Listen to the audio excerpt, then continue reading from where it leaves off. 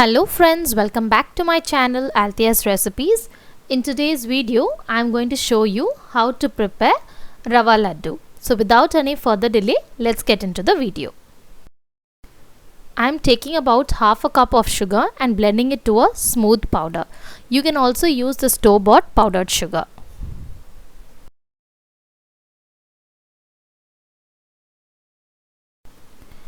Once the sugar is well grounded, take it aside and allow it to rest.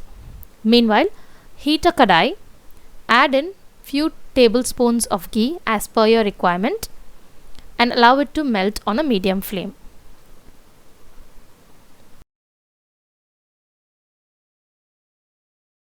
Once the ghee starts to melt, I am adding 1 cup of rava. Keep it on a medium flame and saute it well until it turns slight golden brown.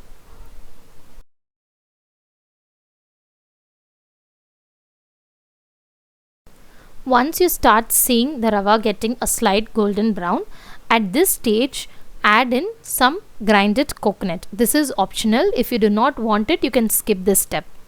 Keep sauteing well until the moisture from the coconut completely gets drained off.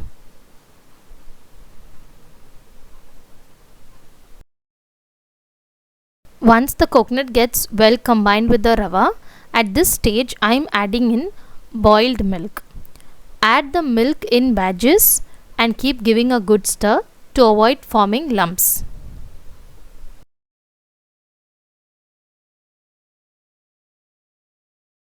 Once you saute well, transfer it to a plate and allow it to cool for some time.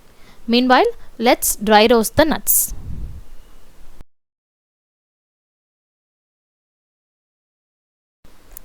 Now in the same pan, add in few drops of ghee.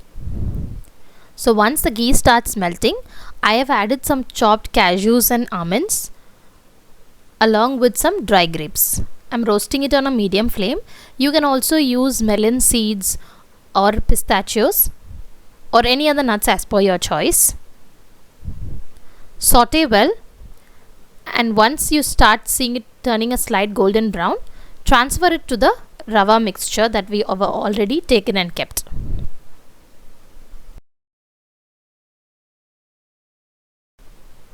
Now mix the nuts along with the rava, and once you start seeing the rava getting a bit warm, at this stage add powdered sugar, give it a good mix, and let's start making the rava laddus.